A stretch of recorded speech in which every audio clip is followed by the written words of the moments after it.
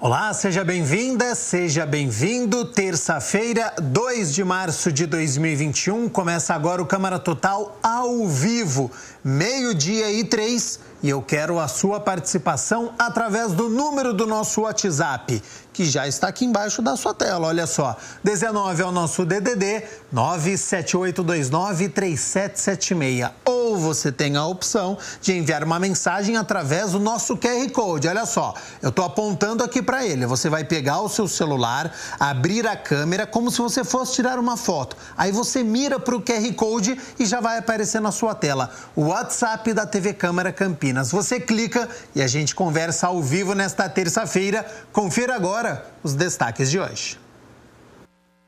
Pandemia do coronavírus faz Prefeitura de Campinas decretar o uso do Hospital Particular Metropolitano para pacientes com a Covid-19.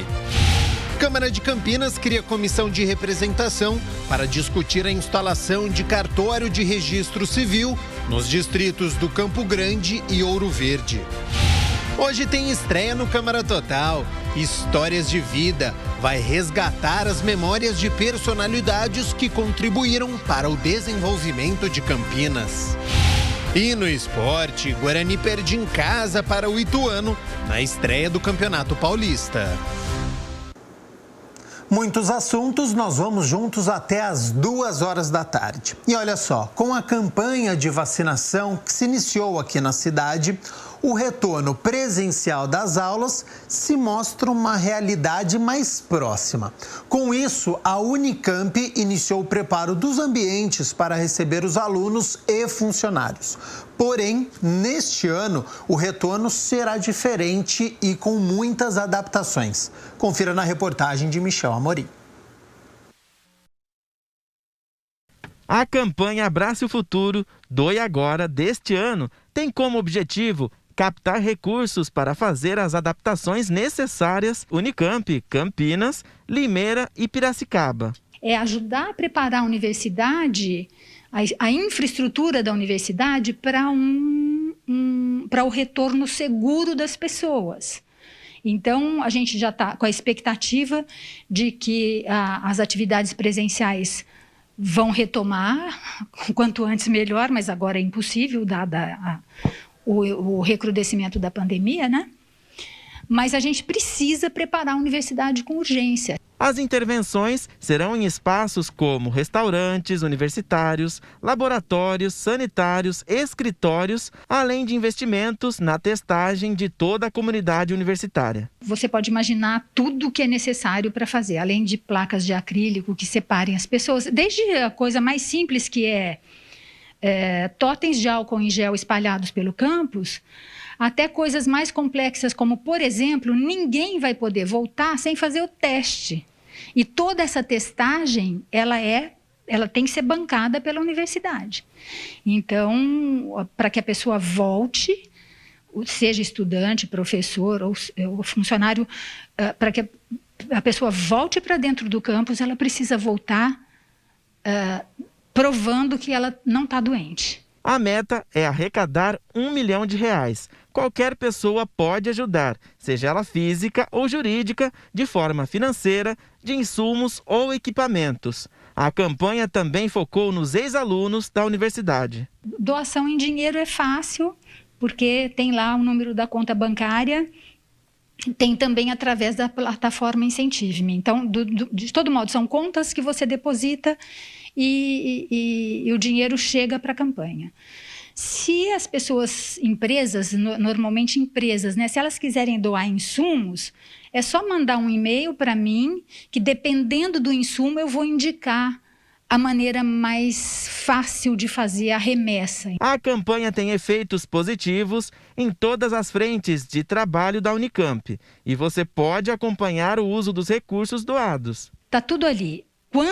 Quanto foi doado, quem doou, se pessoa jurídica, se pessoa física, enfim, e para onde esse dinheiro foi aplicado. Então, está tudo ali. Então, tem um resumo da aplicação dos recursos. Se você quiser só bater os olhos ali, você vai ver o resumo.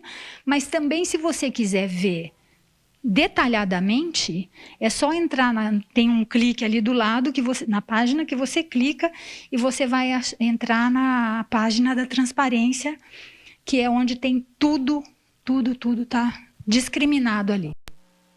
12:08 e preste atenção agora. Foi publicado no Diário Oficial do município de hoje que a prefeitura retomou o uso do Hospital Metropolitano para atendimento de pacientes com Covid-19 diante da alta de casos, internações e mortes por coronavírus em Campinas. Para explicar esta situação, a nossa repórter, a Mariana Meira, ela passou a manhã na frente do hospital e tem as informações. Olá, Mari.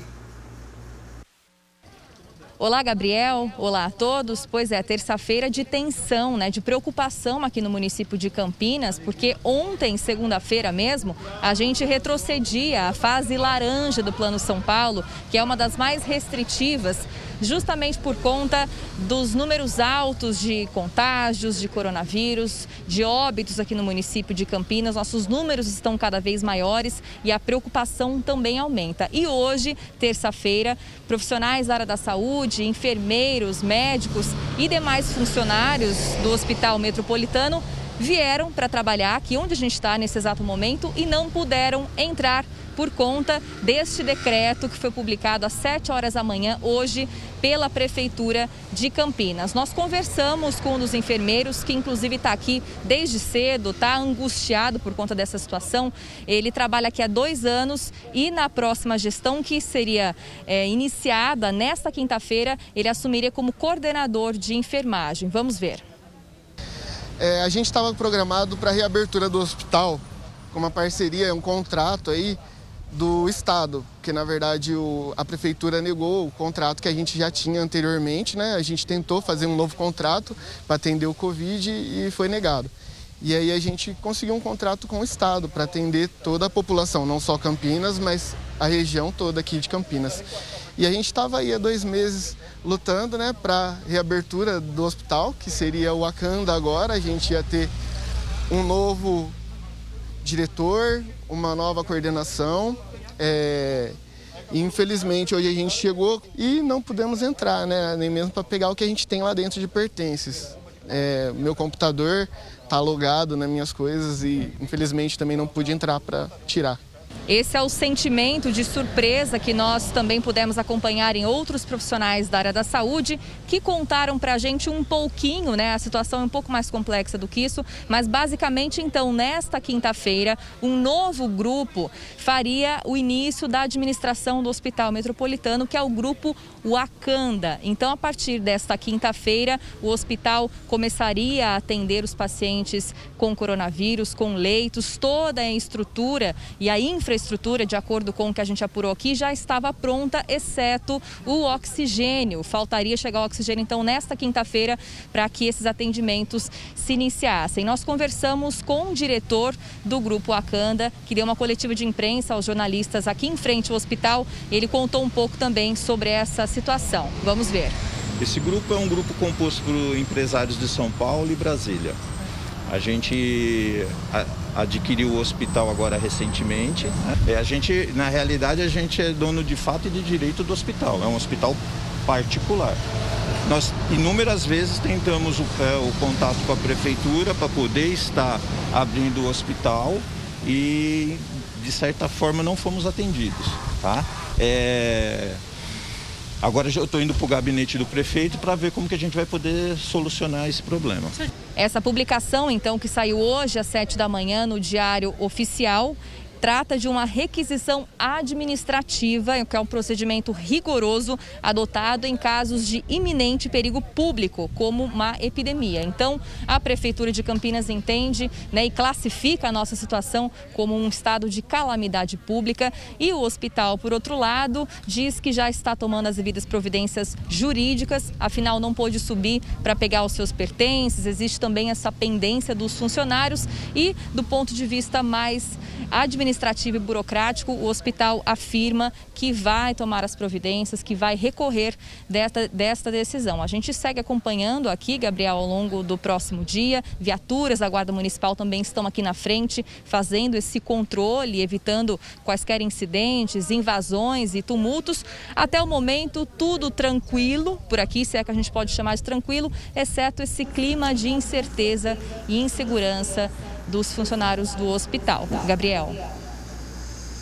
Muito obrigado, Marimeira, por todas as informações. Lembrando que tudo o que foi falado aí, essas informações passadas pelo Hospital Metropolitano, que seria o Acanda a partir da quinta-feira. A Prefeitura de Campinas irá abordar este assunto na entrevista coletiva de hoje, 3 horas da tarde, com transmissão da TV Câmara Campinas ao vivo, tá certo? Então, a partir das 3 horas da tarde, o pronunciamento da Prefeitura de Campinas sobre esta atitude. A Mina Abreu já está aqui nos nossos estúdios. Seja bem-vinda, boa tarde. Quero repercutir com você também este decreto que foi publicado no Diário Oficial, porque você também tem mais informações, Mina. Para a gente entender melhor essa decisão, vamos falar um pouquinho sobre a ocupação de leitos em Campinas, que ontem chegou aí, num total de mais de 90%, 90,69% de ocupação dos leitos de UTI aqui na nossa cidade. A gente tem 118 leitos no SUS municipal, dos quais 115 estavam ocupados nesta segunda-feira, aí uma ocupação de 97,46%. No SUS estadual, dos 30 leitos, 21 ocupados, uma taxa de 70%. E na rede particular, 142 leitos, dos quais 127 ocupados, uma taxa de 89,44%. A gente percebe que, apesar de todo o esforço de anúncio de aumentar o número de leitos disponíveis aqui na nossa cidade, a demanda também tem aumentado. E hoje, como a Mariana adiantou, nós temos aí nessa requisição, a gente tem aí a divulgação no Diário Oficial do município e acompanha agora o que diz exatamente. Olha, o uso do Hospital Metropolitano será para o enfrentamento da pandemia do coronavírus. Decisão considera o estado de emergência e calamidade pública na cidade de Campinas. A requisição foi baseada, de acordo com a Prefeitura, na Constituição da República, que diz que, no caso de iminente perigo público, a autoridade competente pode utilizar de propriedade particular assegurada ao proprietário indenização ulterior se houver dano. A requisição inclui os bens móveis que estão dentro da unidade hospitalar e ainda também os bens serão relacionados em um laudo quando ocorrer a posse do prédio. Isso já está ocorrendo ocorreu nesta manhã. E ainda o atendimento deve ser iniciado em caráter de urgência.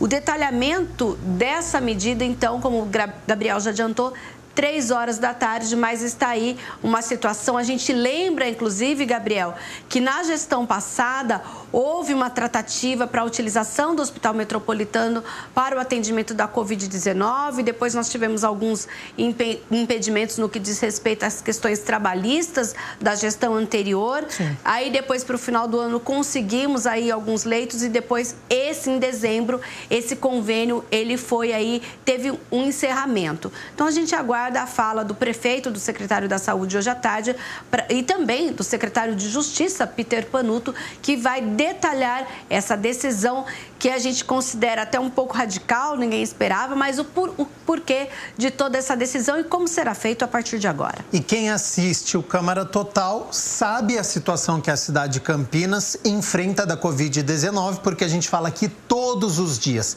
Neste momento, nós temos 3 leitos livres no SUS municipal, 9 leitos livres no SUS estadual e apenas 15 leitos livres na rede particular. Então, a demanda está muito alta na cidade de Campinas. Nós tivemos aumento no número de casos, aumento no número de internações, aumento no número de mortes na cidade de Campinas. Por isso, esta decisão da Prefeitura, e 3 horas da tarde vai ser melhor detalhado.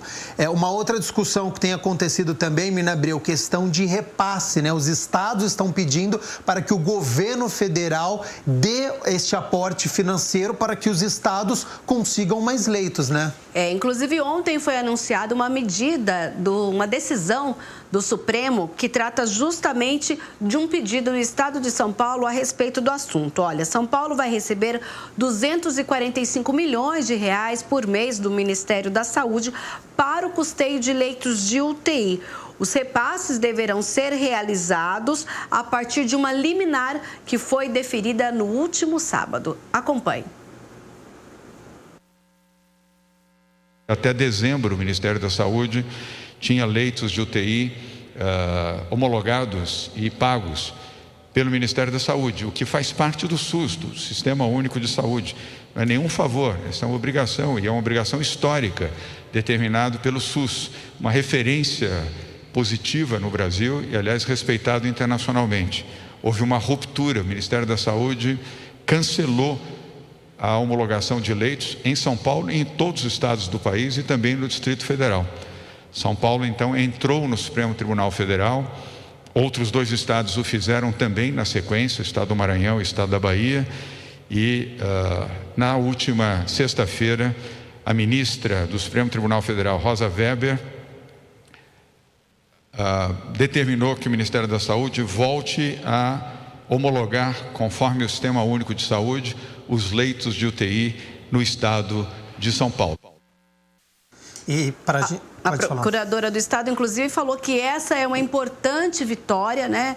Apesar que todos os estados estão fazendo esse pedido ao governo federal, e a gente percebe que por Campinas a situação está chegando num ponto muito preocupante. E para a gente entender a situação que nós estamos, vamos falar então aquele panorama que a gente faz dos casos e óbitos no nosso país, no estado de São Paulo, e depois como é que está o município de Campinas, porque nós tivemos muitos casos em 24 horas.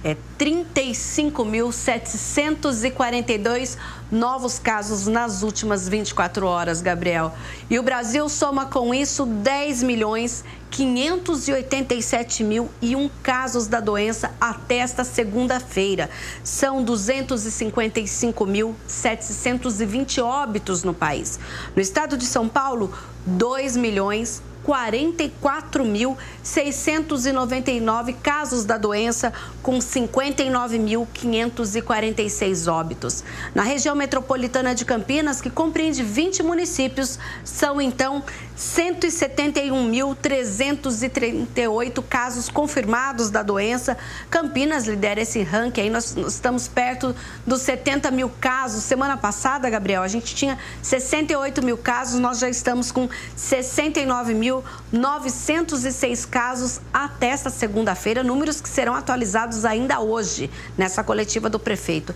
Indaiatuba também já passa dos 15 mil casos, Sumaré 12.797, Americana 11.261, Santa Bárbara do Oeste 10.406, na sequência cidades com menos de 10 mil casos, Hortolândia, Paulínia, Valinhos, Itatiba, Vinhedo. Depois aparecem as outras cidades da nossa RMC, Cosmópolis, Jaguariúna, Nova Odessa, Monte Mor, Arthur Nogueira, Pedreira, Santo Antônio de Posse, Engenheiro Coelho, e as únicas cidades que continuam com menos de 1.000 casos são Olambra e Morungaba. E quando a gente fala dos óbitos na RMC, nós somamos 4.321 mortes confirmadas pela Covid-19. Em Campinas, nós temos 1.872 mortes confirmadas até esta segunda-feira.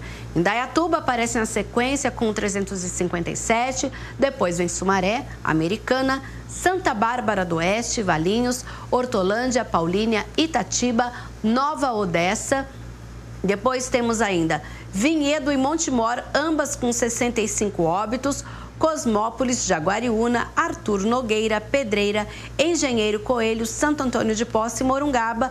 E Olambra é a única que agora tem menos de 10 óbitos, que Morungaba agora soma 11 mortes. A última atualização que nós temos da cidade de Campinas, 427 casos, 427 pessoas testaram positivo para a Covid-19 nas últimas 24 horas, o que mostra que a doença está presente em todas as regiões da nossa cidade e a contagem continua muito alta, né, no município. Sim. A gente passa dos 400 casos diariamente, a gente sempre fala aqui no Câmara Total. O que chama a atenção também dos óbitos, 10 pessoas perderam a vida para a Covid-19, um homem de 59 anos que não tinha comorbidades. Então, a faixa etária, ela continua muito grande. Um homem de 59 anos sem comorbidade e um homem de 98 anos também faleceu. Então, você vê uma faixa etária de 39 anos de diferença, o que mostra que a doença, ela não escolhe. A letalidade, ela é maior para os idosos, mas é uma doença que atinge todas as faixas etárias, por isso todos os cuidados precisam ser tomados em relação à Covid-19. Sim, e a esperança é a vacina. A gente lembra que começamos aqui na cidade, em algumas outras, a vacinar também aí as pessoas maiores de 80 anos. Começamos com um grupo de 95, 85, agora 80 anos. E a gente tem aí já a aplicação, olha, até esta segunda-feira foram 61.204 doses da primeira dose e quem já tomou a segunda dose, que são os profissionais de saúde e também alguns idosos com mais de 95 anos, que foi lá do primeiro grupo, 26.553 pessoas já foram imunizadas aqui na nossa cidade. Lembrando que as autoridades de saúde também alertam para o seguinte: tomada a segunda dose, é preciso ainda ter cuidado durante 15, 20 dias para que a vacina faça o efeito e essa pessoa possa ser considerada protegida em relação ao novo coronavírus. Portanto, máscara, álcool gel, distanciamento pessoal, continua esse protocolo, gente.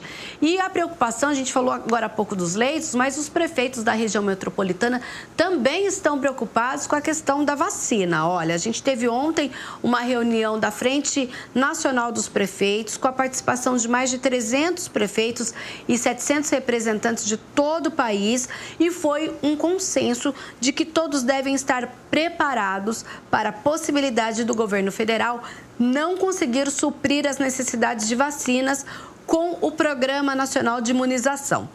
As prefeituras devem, então, de acordo com a Frente Nacional do Prefeito, participar de um consórcio, devem apontar que interessam essa participação para que esse consórcio possa fazer, então, a aquisição de doses do imunizante. Então, a gente aguarda aí essa decisão de acordo com o Plano Nacional de Imunização.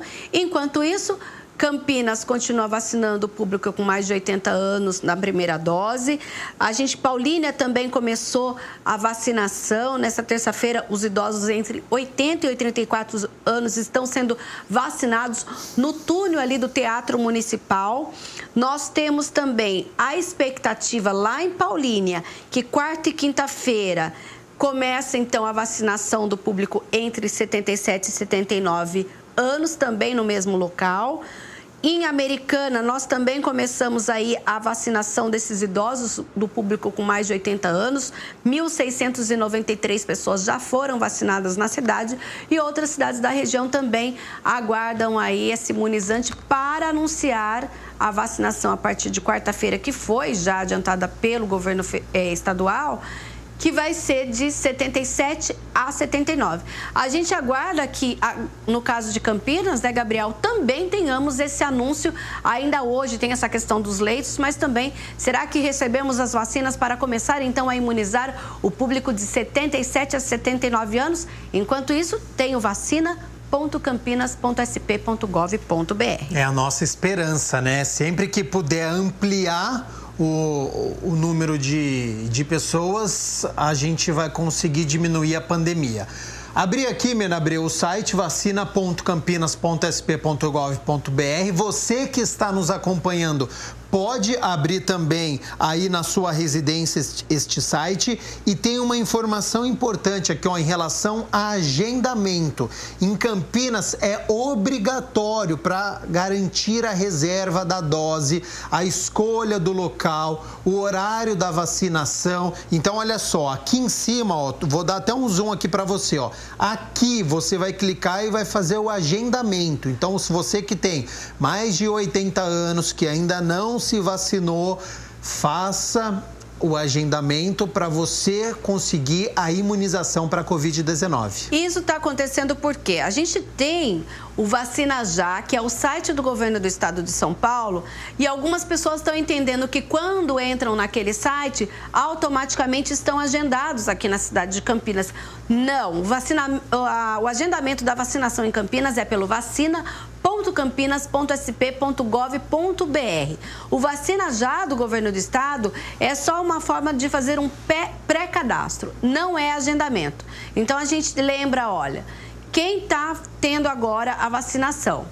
Primeira e segunda dose para os idosos a partir de 85 anos e também para os profissionais de saúde e ainda para os acamados e moradores de instituições de longa permanência. Grupo a partir de 80 anos, começou o agendamento no último sábado e agora a gente tem, além do Centro de Vivência do Idoso, além do CAIC da Vila União, agora nós contamos com a Casa da Criança Paralítica e também com o Círculo Militar. Então, 4 locais de vacinação. 4 locais. E aí a gente aguarda se vai abrir para esse público de 77 anos, que a previsão é que essa vacinação começaria a partir desta quarta-feira. Exatamente, transmissão ao vivo da TV Câmara Campinas a partir das 3 horas da tarde, e a gente aguarda então o pronunciamento do prefeito em relação também à vacinação e a situação, né, da nossa cidade em relação à Covid-19. Para a gente poder encerrar, então, as notícias da metrópole de Campinas, tem interrupção de água, Mirna? Tem na quinta-feira, então, amanhã, você que mora no Jardim Aliança, Chácara Buriti e parte do Jardim Esmeraldina e também no Jardim Monte Líbano, faça a reserva de água, porque nesta quinta-feira, das 8 da manhã às 5 da tarde, a Sanasa fará nessa região um serviço de interligação de redes e por isso será feita a interrupção aí do fornecimento de água quinta-feira. Certíssimo, Mirna Abreu, muito obrigado pelas notícias da metrópole. Volta daqui a pouco com as notícias do Legislativo. Eu já vi que tem muitas informações aqui da Câmara de Campinas, hein? Isso mesmo, até porque amanhã nós temos reunião extraordinária. Até daqui a pouco, então. Combinado.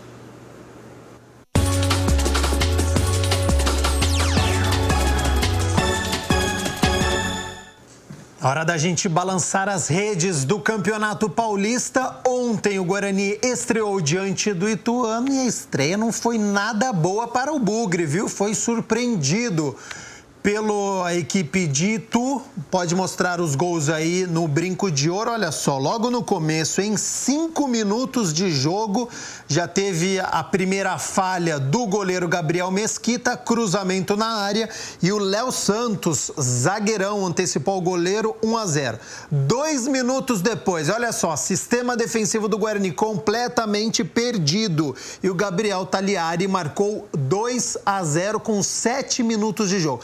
Olha a falha do Guarani, saída de bola, começo de segundo tempo e com 10 segundos, Bidu deu este presente para o Bruno Lopes, que acertou este lindo chute, mas com muitos erros defensivos. Então o Guarani foi derrotado pelo Ituano por 3-0 na estreia do Campeonato Paulista, estreia do treinador, do Alan Al, do meio-campista Tony também. Não deu nada certo ontem para o Guarani na estreia do Campeonato Paulista e agora precisa da reabilitação nesta quinta-feira. Então não tem muito tempo para sentir esta derrota, porque depois de amanhã, quinta-feira, 4h45, o Guarani joga fora de casa lá em Ribeirão Preto contra o Botafogo, um duelo complicado também.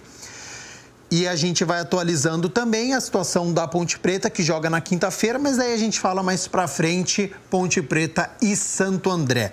12h32 agora, vamos fazer o seguinte, primeiro intervalo aqui no Câmara Total e na volta tem a Agência Nacional de Saúde Suplementar aprovou novos exames e tratamentos e entrou então na lista obrigatória dos planos de saúde e tem ainda o quadro na ponta do lápis, que hoje vai falar sobre imposto de renda. Você já enviou a sua declaração? Já está aberto, hein? Depois do intervalo.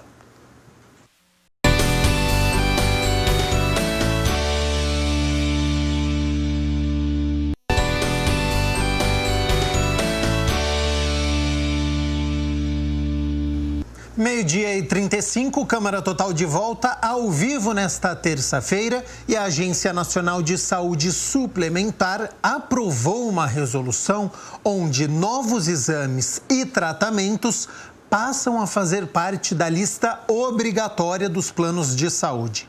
São 69 novas coberturas, além de outras alterações que ampliam e qualificam a assistência aos beneficiários. Confira só. A ANS aprovou os novos procedimentos que farão parte da lista de coberturas obrigatórias dos planos de saúde. Com isso, nós concluímos mais um ciclo de revisão do rol, ampliando o número de exames, consultas, cirurgias e medicamentos que os beneficiários têm direito. Estão sendo incluídas 69 novas coberturas muito importantes para o diagnóstico e tratamento de diversas doenças. Nós incorporamos, por exemplo, medicamentos de uso oral para câncer de pulmão, mama, próstata, leucemia, entre outros. Também incluímos medicamentos imunobiológicos para doenças como psoríase, asma e esclerose múltipla. Completam a lista de exames, terapias, cirurgias para diagnóstico e tratamento de enfermidades do coração, mama, coluna e rins, entre outras. Para definir o novo rol de coberturas, nós avaliamos um conjunto de critérios e os procedimentos incluídos são aqueles que os ganhos coletivos e os resultados em saúde são os mais relevantes para os pacientes. Nesse ciclo de atualização, a ANS seguiu um processo que, além de bastante rigoroso, foi também inovador, pois trouxe uma série de aprimoramentos. A qualidade e a transparência das discussões técnicas, a ampliação da participação da sociedade e o conjunto de dados analisados qualificaram a tomada de decisão por parte da agência. Isso, sem dúvida, traz ganhos para os beneficiários de plano de saúde e também para todo o setor de uma maneira geral. O novo rol de coberturas entrará em vigor em abril e é válido para os beneficiários de planos de saúde contratados de 2 de janeiro de 1999, os chamados planos novos, e para os usuários de planos antigos, contratados antes dessa data, mas que foram adaptados à Lei de Planos de Saúde. E olha só, o prazo para a declaração do imposto de renda já está valendo. Você já pode enviar a sua declaração. Então, tire as suas dúvidas agora e não deixe para a última hora, hein? O quadro na ponta do lápis ajuda você.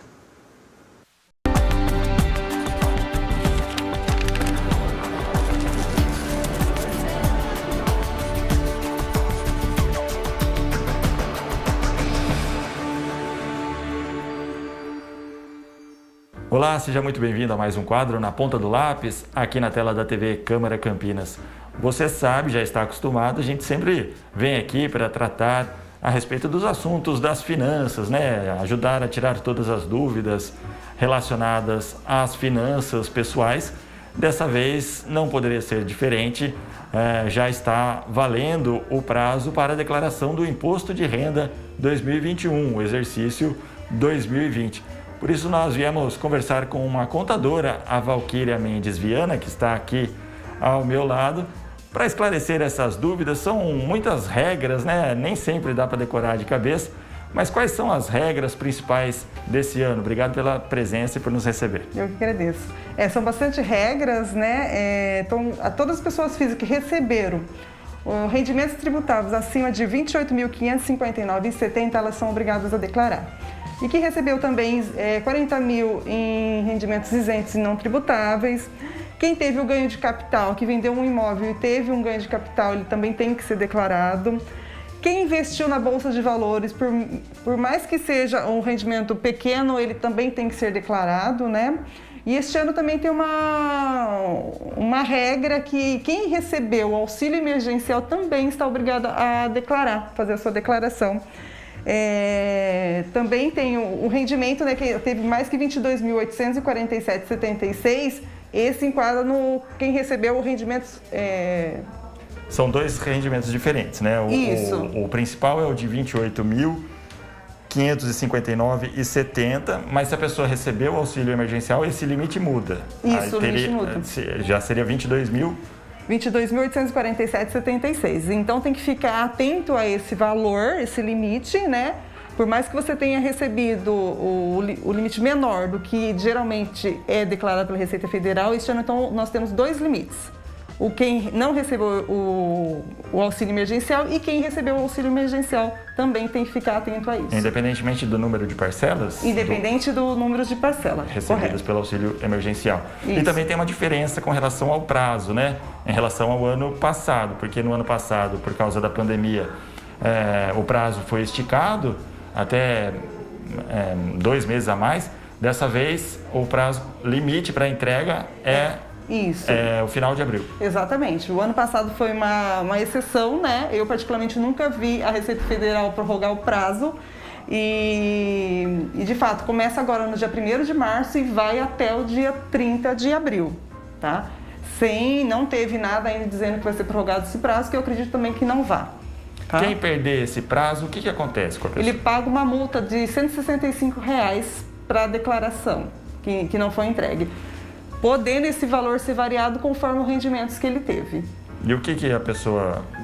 A pessoa deveria, sei lá, entregar a declaração, mesmo se tiver com alguma inconstância, algum erro, e fazer a retificação depois desse prazo do dia 30 de abril? Tem algum prejuízo para ela, não? Não, o único prejuízo que ela pode ocorrer é na hora de fazer a opção da declaração. Então, se você optar por entregar a declaração no modelo simplificado, você não pode mudar essa opção depois na hora de você retificar. Então, vamos supor que você faça essa declaração no modelo simplificado e depois você venha a ter que retificar, e na hora que você for fazer a retificação perceber que no modelo completo seria mais benéfico para ele não pode fazer essa opção. Já não pode trocar já essa não opção. pode Vai trocar. ser a opção principal. O que é melhor fazer, a simplificada ou a completa?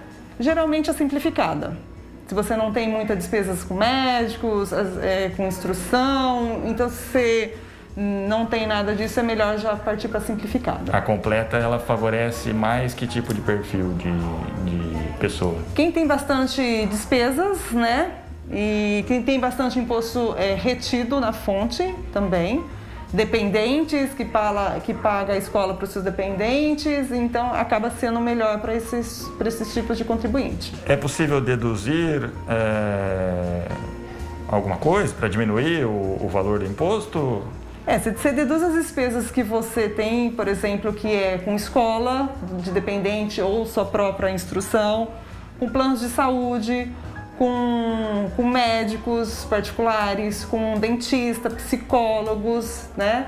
Então, tudo isso você consegue estar abatendo na hora de fazer a apuração. Aí, nesse caso, seria pelo modelo completo. Completo? Sim. Para a pessoa poder fazer esse tipo de dedução. Exato. Existe alguma documentação necessária que a pessoa deve reunir antes de começar a preencher a declaração? Sim, isso é bem importante, né? Porque as pessoas acabam deixando para a última hora e acabam perdendo alguns recibos, e saindo prejudicadas por conta da organização dos seus documentos, né? Então, o interessante é já ir durante todo o ano guardando na pastinha lá de imposto de renda para quando você for fazer a sua declaração está tudo certinho. Porque senão acaba perdendo muito tempo. E você não consegue estar lançando tudo em tempo hábil e você acaba se prejudicando. A pessoa consegue fazer a declaração sozinha ou é mais interessante ela ter, caso haja algum tipo de dificuldade, algum acompanhamento profissional, por exemplo, de contadores? Sim, porque assim, se você for perceber, no preenchimento ele é fácil de estar fazendo, só que dentro disso existem algumas regras e algumas, que eu posso dizer... Um profissional vai saber o que está fazendo, né? Então, algumas não Às vezes tem uma palavrinha um pouco mais difícil, de um entendimento mais difícil, o profissional ele está capacitado para isso. Exatamente. Até mesmo na análise, né? Se você declara com dependente ou não, porque às vezes o seu dependente também tem rendimento, e isso é um ponto crucial, porque às vezes ele declara a pessoa como dependente e ela teve rendimento e acaba caindo na malha fina, né? E a hora que você for juntar o rendimento do seu dependente com a da sua declaração, o valor dá muito maior. Como eu tive um caso no ano passado, que meu cliente, ele estava fazendo sozinho, aí ele me ligou nos últimos dias, falou: Valquíria, não sei o que é que eu estou fazendo, mas eu estou achando que eu estou pagando muito imposto. Aí ele me mandou a declaração e eu fui analisar. De fato, ele estava declarando ele e o cônjuge com os rendimentos. E a hora que eu fiz a análise, e a hora que eu separei e fiz essa declaração separado, de 20 mil reais de imposto que ele tinha para pagar, ele foi pagar 6 mil. Então essa é um ponto que um profissional consegue enxergar. Você fazendo sozinho, você não consegue enxergar essas estratégias, né? Tudo é questão de estratégia e dá para poder resolver da melhor maneira. Sim. Claro, tendo a opinião com um profissional qualificado, né? Mais fácil, né? Exato. Se a pessoa tiver alguma coisa do passado, alguma pendência com a Receita Federal, ela consegue fazer a declaração do imposto de renda? Ela consegue, porém, se ela não conseguiu resolver a pendência da declaração anterior, ela vai ser avisada nessa declaração que ela está na malha e tem que ser resolvida. E se ela tiver, por um acaso, o imposto a restituir, vai ficar preso até que ela resolva a outra situação. Aliás, por falar em malha fina, muita gente acha que se cair na malha fina é um perigo completo, não se resolve. Mas é possível resolver os problemas? Sim, é possível resolver dentro do prazo que eles dão, né? Geralmente você é notificado, você tem mais ou menos um ano para dentro de um ano aí para ele estar analisando e sendo resolvido.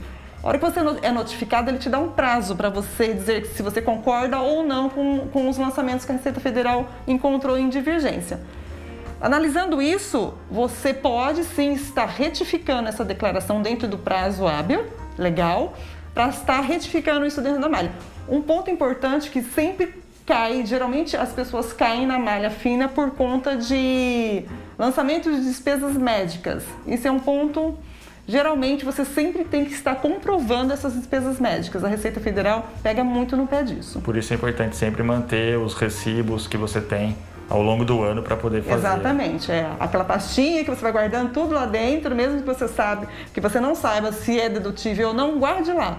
Guardou lá, chega na hora da gente fazer a análise, a gente vai separar o que pode ser lançado e o que não pode ser lançado. E o programa é bem fácil também, ele vai indicando, né, o que é possível e o que não é possível. Sim, ele é bem dinâmico, bem tranquilo. Tá certo, nós conversamos então com a Valquíria Mendes Viana. Obrigado pelas dúvidas esclarecidas, né, que você nos ajudou aqui no quadro Na Ponta do Lápis. Muito obrigado. Eu que agradeço e procure sempre um profissional qualificado para poder te ajudar.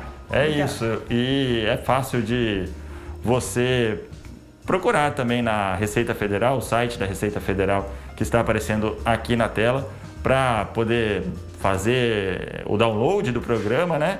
E aí sim, depois de preencher a declaração, enviar essa declaração para a Receita. Nós ficamos por aqui, na próxima semana nós voltamos com mais um quadro Na Ponta do Lápis para você. Um abraço, até lá. Tchau.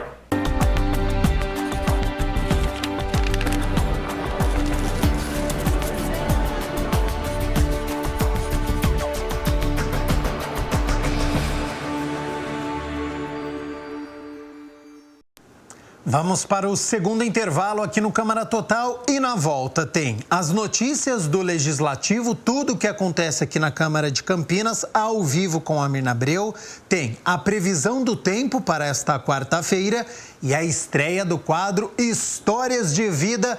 Quem será a personalidade de hoje? Não saia daí.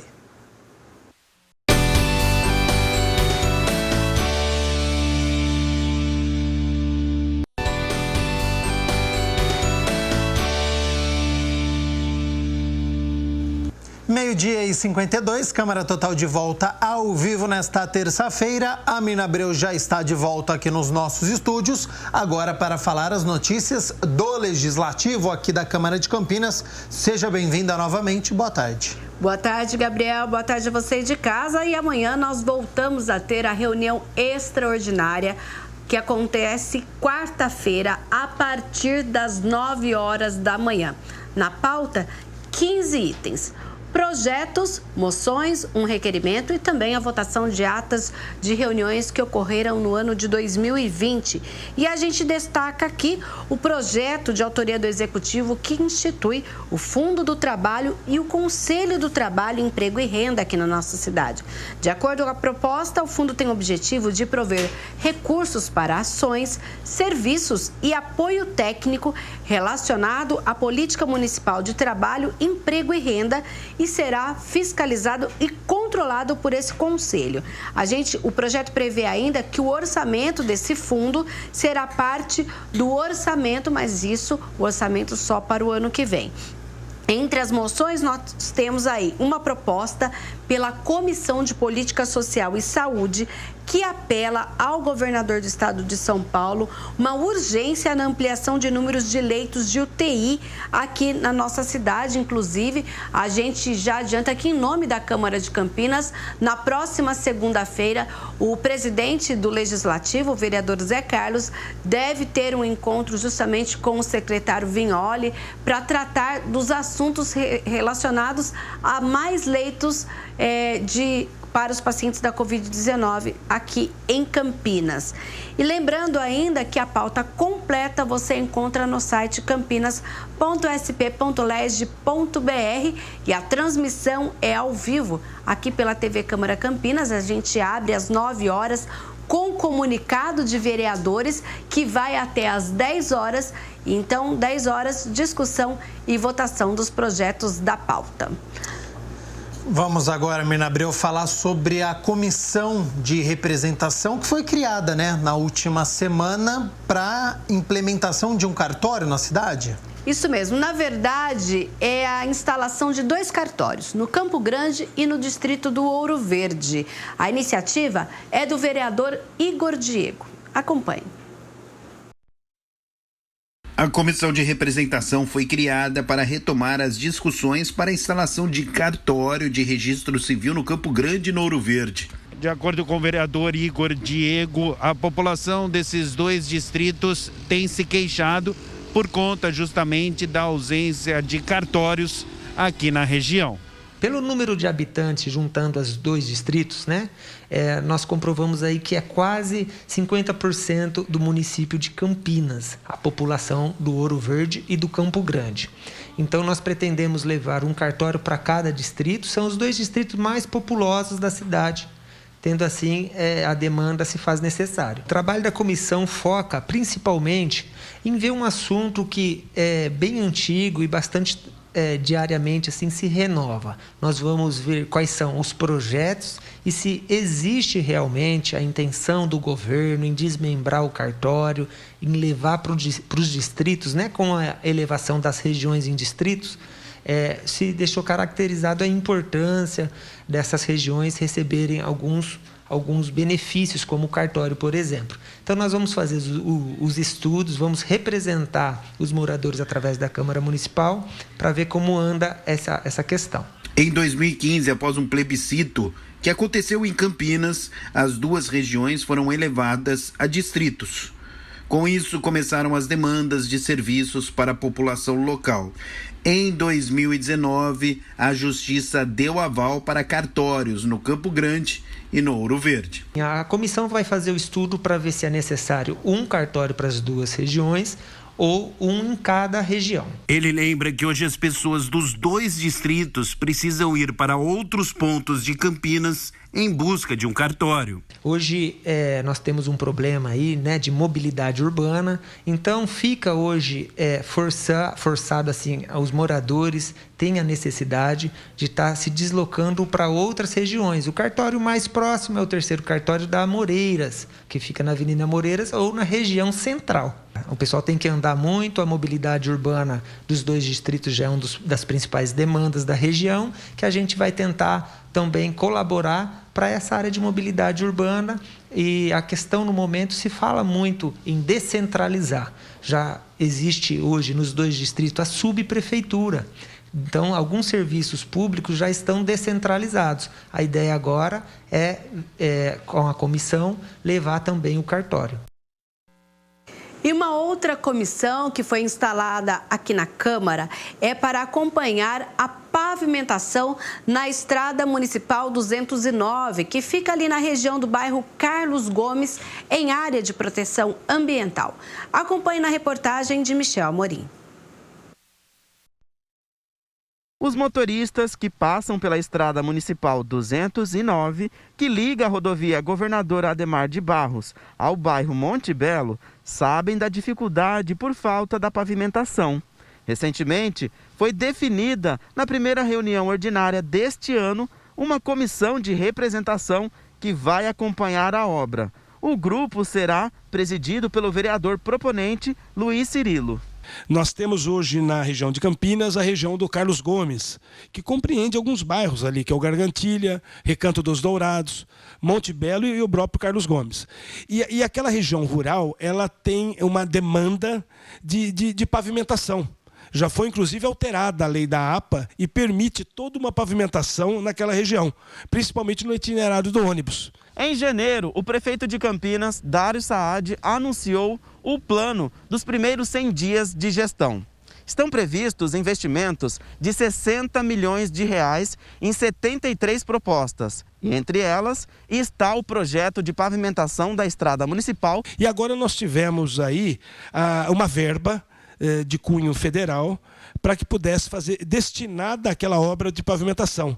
Então, eu achei por bem abrir uma comissão de representação para acompanhar a quantas andam a vinda desse dinheiro e o destino dessa verba. Eu acho que é isso que é fundamental, para procurar acompanhar se realmente essa obra vai sair. A comissão tem ainda como membros os vereadores Jorge Schneider e Major Jaime. A Estrada Municipal 209 fica nos limites no município em área de APA, que é uma área de proteção ambiental chamada APA Campinas, entre os bairros Carlos Gomes e Monte Belo. Eu sou autor da lei que mudou a lei da APA, que permite a pavimentação sem qualquer prejuízo ao meio ambiente daquela região. Haja vista que hoje, embora seja uma região rural, é uma região mista, onde nós temos chácaras, sítios, fazendas, mas nós também temos bairros onde as pessoas moram lá e trabalham na cidade de Campinas. Ou seja, tem a necessidade de ter um viário digno, e o objetivo dessa comissão é exatamente isso, é acompanhar e tentar, dentro de um curto espaço de tempo,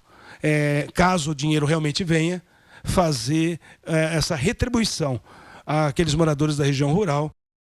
E a gente segue informando sempre aqui nas notícias do Legislativo, todas as ações da comissão. Mirna Abreu, muito obrigado pelas notícias do Legislativo aqui da Câmara de Campinas. Amanhã, então, reunião extraordinária a partir das 9 horas da manhã. Isso mesmo. E na quinta-feira, então, a gente traz aqui um resumo do que aconteceu nesta quarta reunião extraordinária. Até lá, então. Até.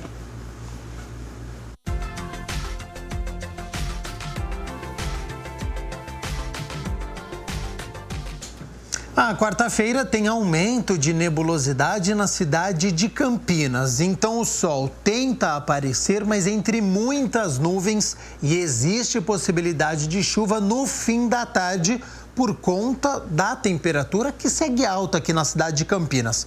Olha só aqui na minha tela. Então amanhã, 3 de março, quarta-feira, tempo nublado, muitas nuvens aqui na região de Campinas, mínima de 19 e a máxima pode chegar aos 30 graus. E agora é hora de estreia aqui no Câmara Total. É a primeira edição do quadro Histórias de Vida. Toda semana você vai conferir aqui informações, detalhes sobre a vida de personalidades de Campinas. E o nosso primeiro personagem é o fisioterapeuta Nivaldo Baldo. Repórter André Aranha mostra agora pra gente.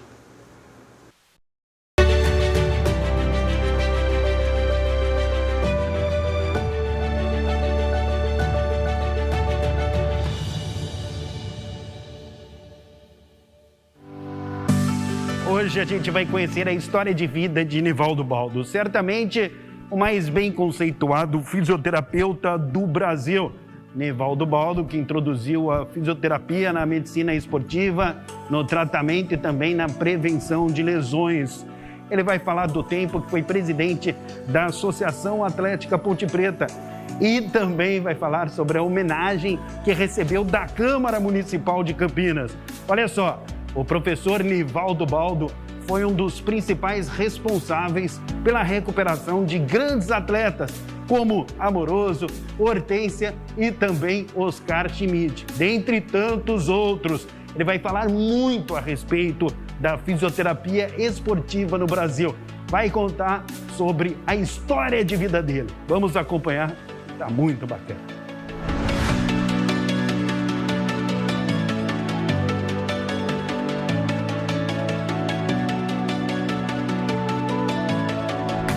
Eu sou filho de imigrantes, então antigamente o vestibular era muito puxado. Hoje há mais facilidades. Mas como eu fui atleta, nadador, jogava polo aquático, eu fui tratar com o Dr. Laércio Martinez, que era um médico muito famoso, é um médico famoso e nunca vai parar de ser famoso, falecido. E ele me levou para fazer um treinamento para melhorar meu nado, porque eu já nadava, eu era muito veloz, mas não tinha resistência. Eu fazia um tempo muito bom em 50 metros, em 100 metros eu não fazia. Meu tempo era o quarto, quinto do mundo em 50 metros. Em 50 metros ninguém nadava naquela época. Eu nadava com o Rui Aquino, com o José Luciano Namorado, e eu não aguentava fazer 100 metros. Eu saía na frente e não chegava. E aí eu fui com o Dr. Laércio Martinez. Aí ele era um médico, ele era fisiatra e fundou a fisioterapia da PUC. E aí eu fui treinando com ele na academia dele, com muitos outros atletas. Ele já era um homem de ponta, Dr. Laércio Martinez. E daí começou a surgir aquele gosto pela medicina esportiva, fisioterapia esportiva, pela ciência do movimento. E eu entrei em várias universidades e como era muito difícil, era muito caro também, eu entrei na PUC, no vestibular, entrei em outras universidades, em outras áreas, e entrei e fiz fisioterapia mais por causa do Dr. Laércio Martinez mesmo, pela amizade, pela postura dele, por tudo isso. E ele que foi o fundador do curso de fisioterapia da Pontifícia Universidade Católica de Campinas, primeira turma. Hoje ele é falecido, mas é um nome, é o ícone, é um busto na nossa profissão.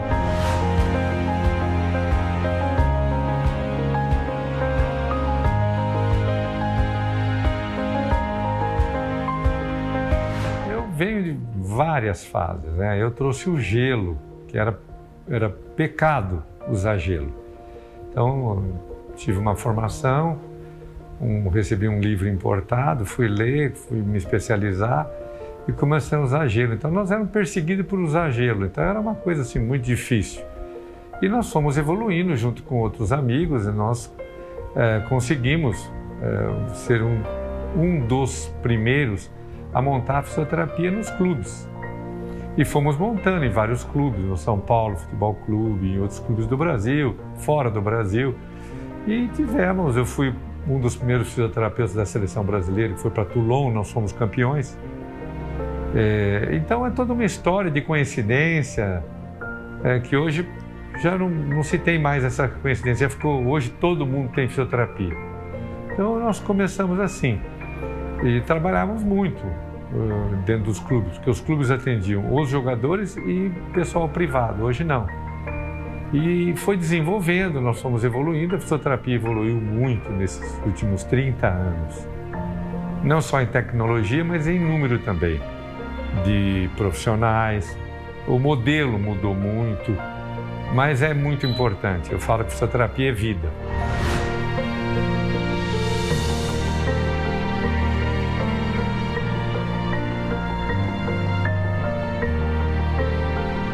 Eu tinha acabado de voltar dos Estados Unidos, eu fui fazer uma especialização na clínica Houston, da onde saiu o Dr. Andrews, toda a história de joelho do mundo saiu dali, lesões esportivas.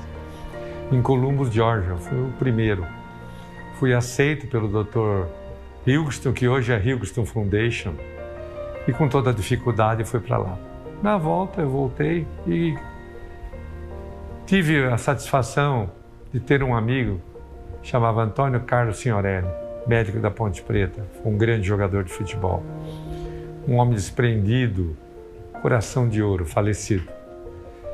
E ele me chamou para ver o Oscar. Eu não conhecia o Oscar. O Oscar é um gentleman, meu amigo até hoje, fisioterapeuta também, empresário, dono de um clube de futebol em Minas, de um hotel maravilhoso, centro de treinamento. E o Oscar era capitão da seleção brasileira. E ele não conseguia jogar porque tinha uma dor no calcânio monstruosa.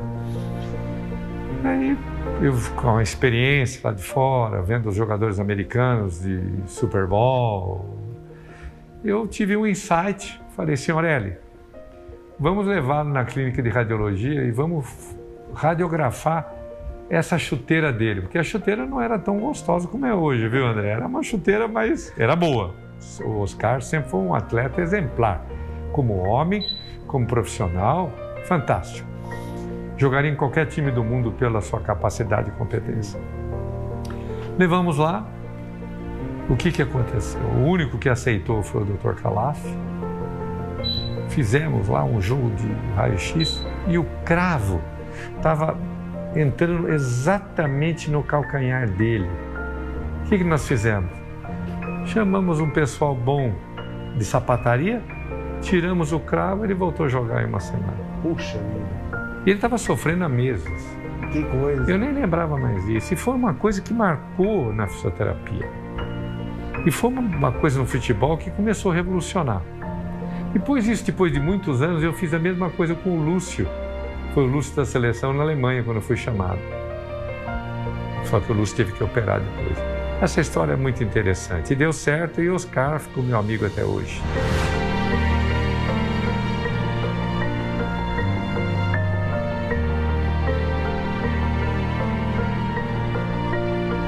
Há mistérios nessa vida, André, que nós não sabemos entender. O afeto que se cria, o Criador coloca situações que, se nós tivermos paciência, são agregadoras, mas às vezes as pessoas desagregam, né? Eu tinha passado por um assalto, inclusive, na época, estava machucado. O Juan Figuer me ligou, junto com o Beto Zini, que era presidente do Guarani, um excelente presidente. Falou, olha, eu tenho um jogador que é a minha promessa, esse jogador está vendido, esse jogador eu preciso salvar. Falei, tá, eu vou examiná-lo. Examinei e foi contraditório. Todos bons profissionais, a maioria, falavam que ele não precisava operar, que ele devia continuar jogando. E ele foi muito simpático, amoroso, desde o primeiro dia com o pai dele, seu Nestor. Então eu fiquei conversando e falei, olha, naquela época a cirurgia no Brasil não estava desenvolvida como hoje. Então não tínhamos os grandes cirurgiões que tem hoje. E nós não tínhamos essa referência. Aí eu convenci os coordenadores que nós devíamos levar o Amoroso, pelo tamanho do quilate que ele era e é, para fazer uma cirurgia no melhor lugar do mundo no momento, na época. E consegui. E levei ele para operar no Dr. Jamie Anderson, que operou Falcão, Hortência, tantos artistas aí. E foi muito difícil recuperá-lo, porque foi uma lesão que não tinha outra no mundo que tivesse voltado. Ele era muito magrinho, ele colocava até um elástico na meia para a meia não cair na perna, acredita? Tão fininha que era a canela. Tão fininha que era a perna. O Brasil de Oliveira falava, amoroso, maravilhoso. Amigos do futebol. Amigos do futebol, eu lembro muito dele falando, elogiando. E nós fomos muito rechaçados, porque grandes técnicos falavam que nunca mais ia correr, nunca mais ia voltar. Ele voltou, melhor, continua jogando até hoje, é um grande amigo, é um afilhado. Eu já tratei dos filhos dele, da família dele.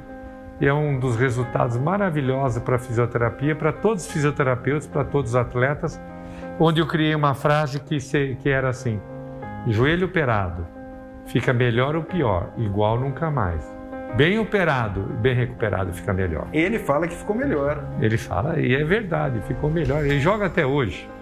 Bom, eu citei um Amoroso, que foi apenas um de tantos casos, mas teve Oscar Schmidt, enfim, Falcão, né? Vários atletas. Hortência, Vera Mossa, Xandó, João Soares, Bernardinho, João Soares, Adalto Domingos, um excelente atleta. Esse atleta, na época, descobriu o Mão Santa, Oscar Schmidt também. Oscar Schmidt, olha como você é um jornalista de primeiro, você está com mais recordação técnica do que eu. Oscar Schmidt foi realmente outro ganho para a nossa profissão, maravilhoso. E recuperamos, e tantos outros, o Zé Roberto Lucas, o Boquinha, trazia muitos atletas para nós, mesmo a Paula passou aqui, a Karina. Enfim, não só essas pessoas famosas nós tratamos, Juninho Paulista, não só as pessoas, mas nós tratamos também as pessoas comuns com o mesmo carinho. Eu fui o primeiro no mundo a colocar junto numa clínica um VIP, um All-Star e uma pessoa comum.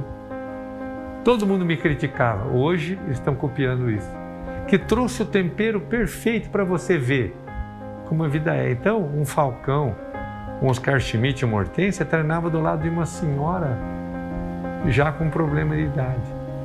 Então nós temos na nossa clínica o idoso e o atleta. É difícil ter isso.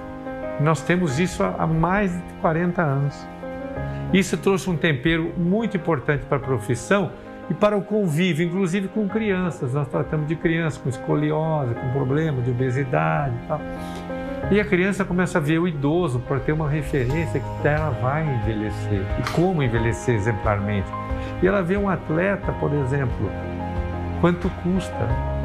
O imposto do esporte é a lesão.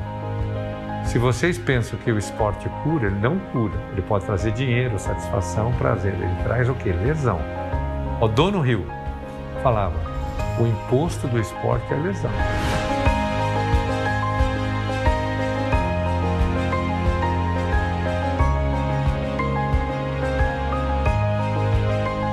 Eu fiquei muito honrado.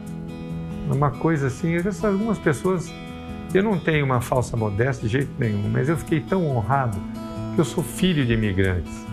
Isso para mim significa muito. Eu tenho até hoje esse diploma de Campinas, eu amo Campinas.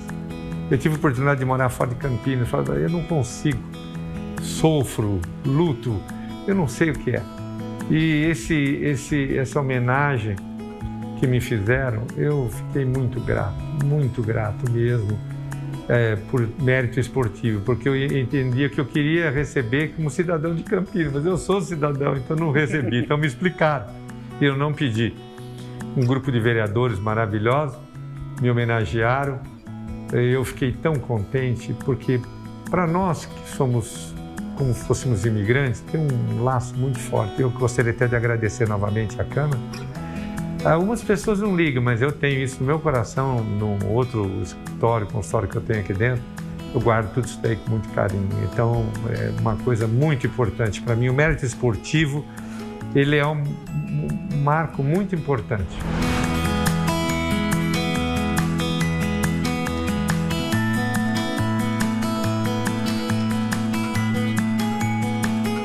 Eu tenho amigos bugrinos, coração, que até me ajudaram na minha campanha. Eu tenho amigos de todos os clubes do Brasil, do Corinthians, que eu fui nadador do Corinthians, e eu comecei a nadar no Guarani. Então eu não tenho aversão e muito menos perseguição. Jamais na minha cabeça. Isso já é uma modernidade espiritual de comportamento que precisamos ter. Nós precisamos evoluir, né? 2 clubes maravilhosos. Como a Ponte Preta não tinha piscina naquela época, até ter o Clube das Paineiras, e não tinha equipe de natação, eu fui convidado, porque eu, na escola, no primário, eu comecei a nadar, minha professora, a doutora Irani, minha dentista, me levou para treinar, e eu despontei, e eu comecei a treinar no Guarani. Então, amigo, e meu pai, um ponte pretano fervoroso, e eu consegui conviver nesse ambiente até hoje. Grandes amigos, sou ponte pretano, porém eu tenho um respeito a todas as outras pessoas. E aí eu comecei na fisioterapia pelo Dr. Signorelli, pelo Cilinho, falecido, que me convidou para ir para a Ponte Preta. Mas quem me levou mesmo foi o Edson Ágil. Mas eu fui na época do Cilinho. O Edson Ágil que arrumou a verba para eu fazer o departamento de fisioterapia, foi um dos primeiros do Brasil. E com isso nós vivemos muito bem com Guarani, Ponte Preta, Corinthians. E daí eu comecei a minha carreira, abri uma primeira clínica privada, onde eu não podia fumar, com hora marcada. Por isso a fisioterapia era mais largada. E depois, por uma questão de salvar a Ponte Preta na época, meu pai faleceu, e a Ponte Preta ficou num estágio assim de quase insolvência, ela sofreu uma insolvência e voltar para o hospital que era o mantenedor, Álvaro Ribeiro. Eu fui eleito numa eleição muito difícil, tive um concorrente muito nobre, o Dr. Garcia, e começamos a fazer uma gestão muito moderna, muito séria, limpa, com caixa, inclusive, do banco dentro da Ponte Preta. Mas, lamentavelmente, por problemas políticos, pediram para eu largar, eu larguei. E isso é uma página que passou. Desejo que eles cresçam, mas há muita dificuldade hoje em dia.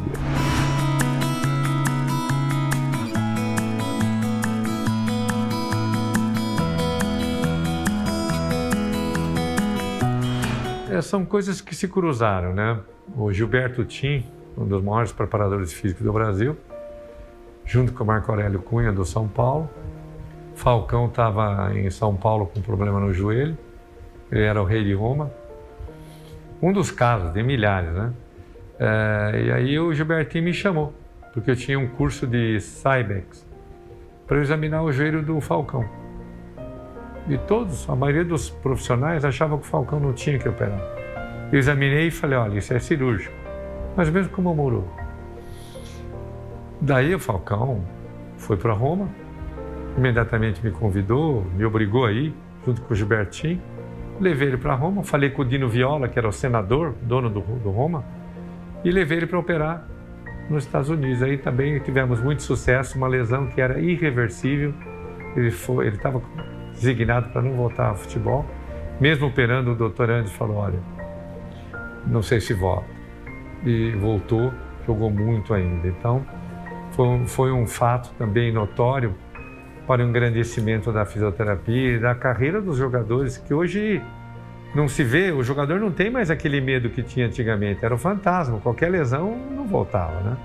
Então foi muito bom. Isso aí, eu fui indo para a Europa, fui para outros países, Japão, França, aí o La Paula me levou para o Toulon, fui o primeiro fisioterapeuta a ir para a seleção brasileira, fomos campeões, jogamos contra a Argentina e ganhamos, com Júlio César, Leís, time maravilhoso. É uma época de ouro do futebol também, né? E isso aí foi crescendo. Andei no mundo árabe, mas sempre voltando para Campinas. Aí consegui com dificuldade, meu pai me ajudando, um engenheiro que me ajudou, não me cobrou nada para fazer a clínica, Roberley Guerra.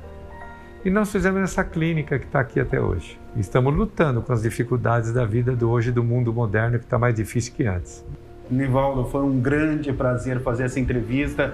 O senhor é referência no mundo inteiro. Obrigado. É certamente o principal fisioterapeuta do país. Muito obrigado. Foi uma grande honra fazer essa entrevista com o senhor e parabéns pela carreira.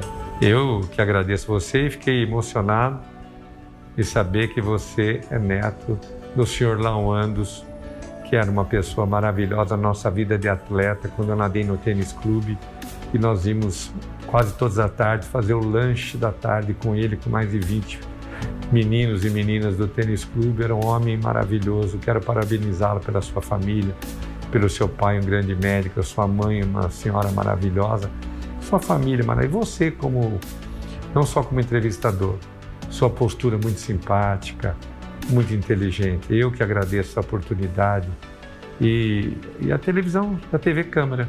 Agradecer a todos que estão aí. Isso é uma iniciativa que tem que estar bem forte.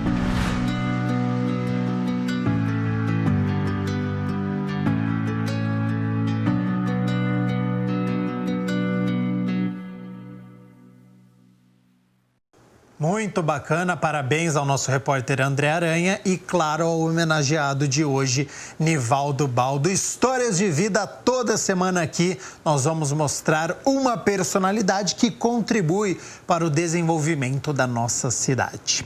1h23. Ir ao dentista para muitas pessoas não é uma coisa muito legal, não é mesmo? Agora, imagina para os animais. Pois os bichinhos também têm que cuidar da saúde bucal. É o que nós vamos conferir agora no É o Bicho.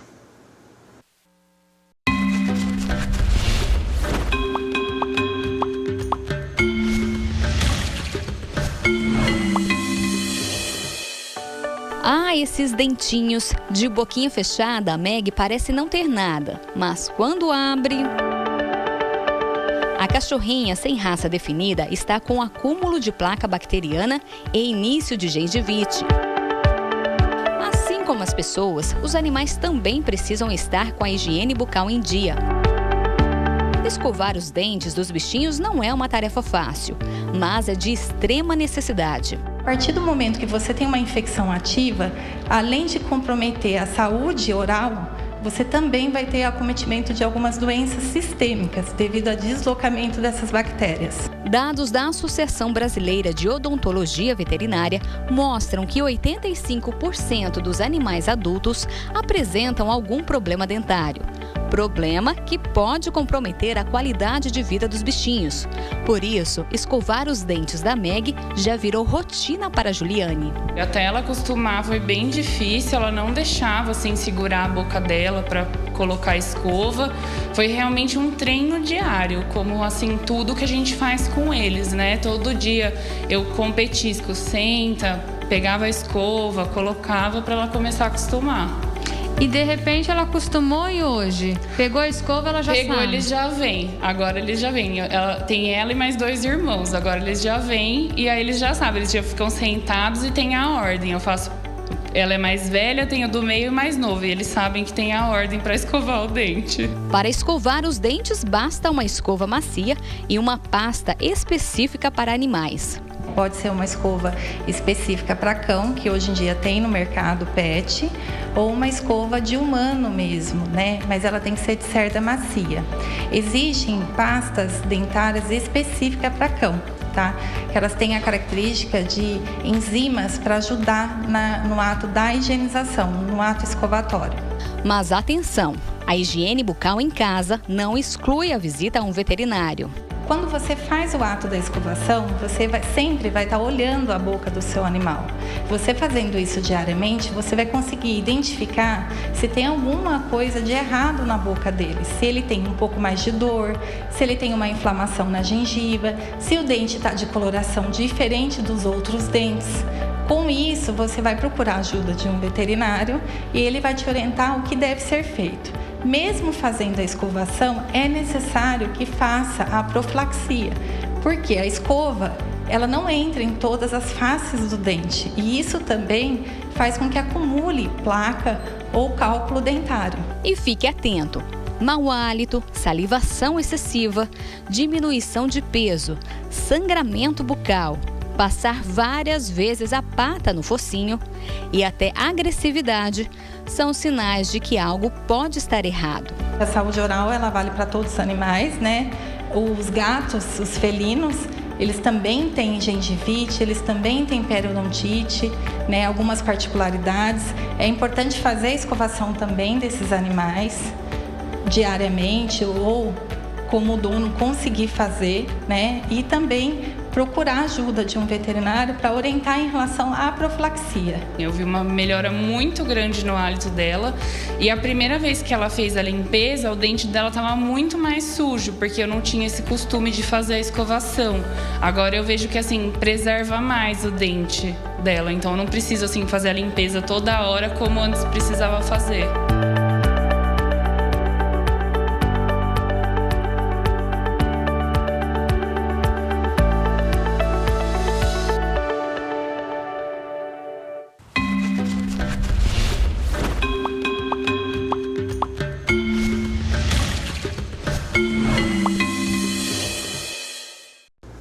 Uma informação em relação à vacinação na cidade de Campinas, que está ampliando a faixa etária.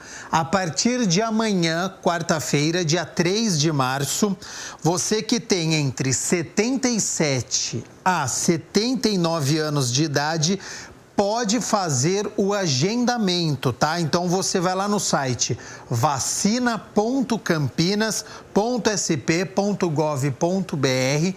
Pode fazer também o agendamento pelo telefone 160. Então, pessoas entre 77 a 79 anos pode já fazer o agendamento para você se vacinar na cidade de Campinas, tá certo? Olha só, o Michel Amorim conversa agora no Universo Épico com os diretores do documentário Flores do Cárcere, que será lançado no dia 8 de março, onde é celebrado o Dia Internacional da Mulher. Então vamos acompanhar.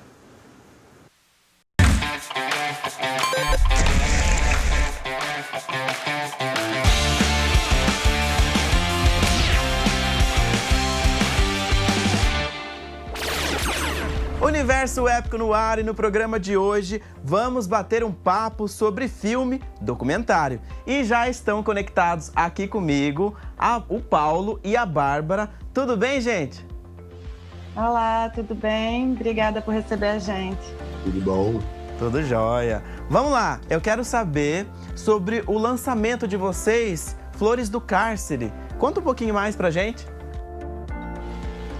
Bom, Flores do Cárcere é um documentário que vai investigar a vida de algumas mulheres que passaram pelo sistema prisional em Santos e como essa experiência transformou a vida delas e como elas conseguiram se transformar também depois de terem cumprido suas penas e estarem de volta no ambiente ressocializando no mundo, nas suas vidas, como foi essa transformação e o quanto elas cresceram, mudaram e como é essa experiência na vida de uma mulher.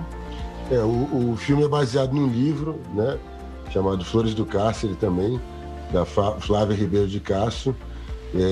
Ela teve uma experiência no presídio, ela foi professora lá, é o presídio feminino de Santos, é um presídio que foi desativado porque eles tinham vários problemas relacionados aos direitos humanos, às condições do prédio, de tudo mais.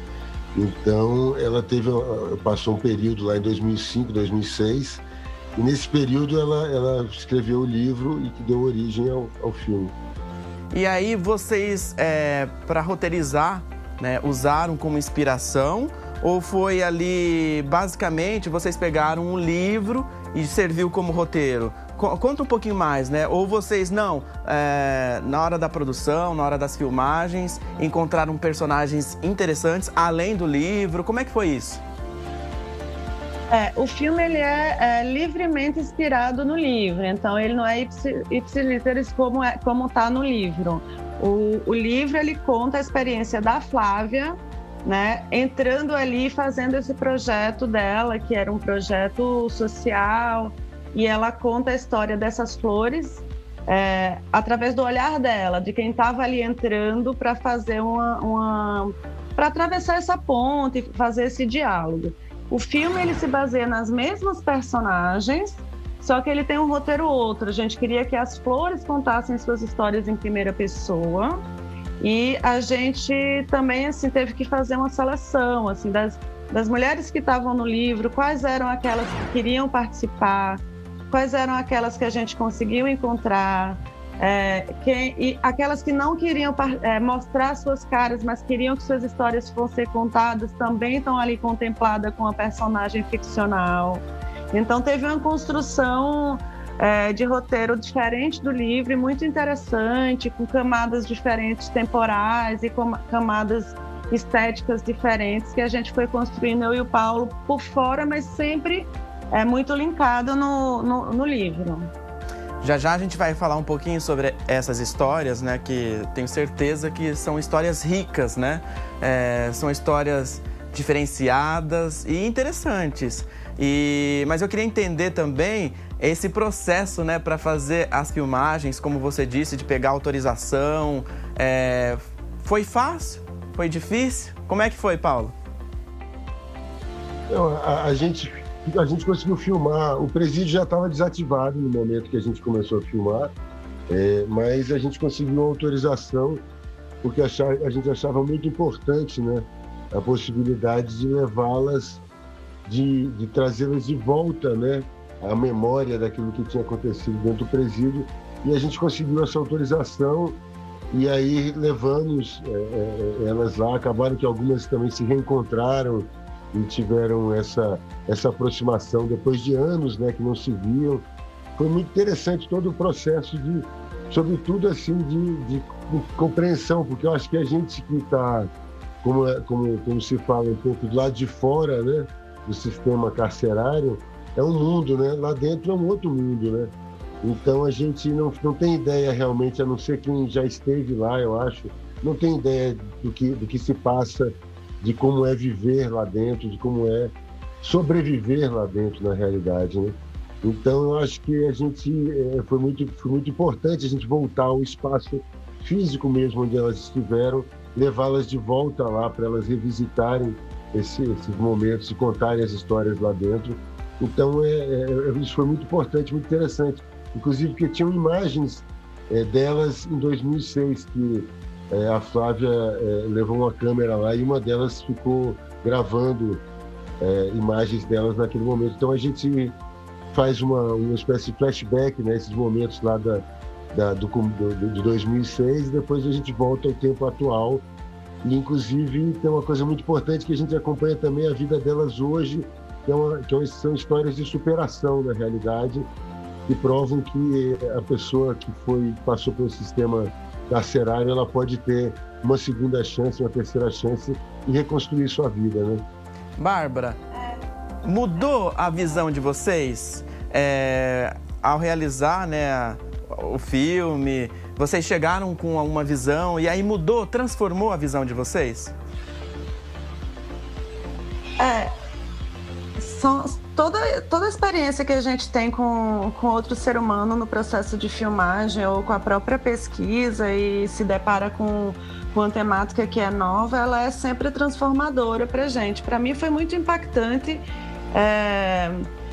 conhecer essas histórias, mas o mais impactante foi entender a condição da mulher no cárcere, né? Assim, que o cárcere, a prisão masculina, ela é muito diferente da prisão feminina. A prisão feminina ela é moldada numa estrutura ainda que para o homem, digamos, uma estrutura patriarcal, né? Que se repete, o mundo de fora se repete no mundo de dentro. E entender muito a solidão no âmbito do feminino mesmo. Você vê que as filas dos presídios masculinos, eles são repletas de companheiras, mães, namoradas que vão visitar o seu parente, seu companheiro preso. E nas filas dos presídios femininos, você se depara com essa solidão absoluta. Assim, elas são abandonadas por esses companheiros que muitas vezes é através deles que elas chegam ali a cometer um delito ou um crime.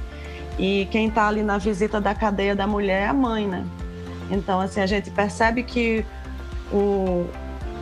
esse lugar da visitação é muito reflexo também do mundo, do quanto o cuidado ele está ligado à mulher, né? Cuidar do outro está ligado ao feminino, está muito intrínseco, e quanto essas relações dessas mulheres com seus companheiros, com seus pais, inclusive, que vão pouco visitar, geralmente são as mães, tem uma coisa de dependência financeira e emocional no ato da mulher também chegar a cometer um delito ou um crime, tá ali. Então, para mim foi muito transformador entender isso e entender o que é que a gente, enquanto sociedade, pode fazer, né? Não só olhar para aquilo como algo diferente, distante da gente, mas entender qual é o meu papel nessa sociedade para poder dialogar com isso, ter outras propostas de penas que não necessariamente sejam prisão, mas como é que a pessoa pode se transformar, pagar por aquilo que ela fez sem estar necessariamente presa, enfim, pensar em um outro sistema como um todo e pensar em como a gente olha para essa mulher quando ela sai também, né?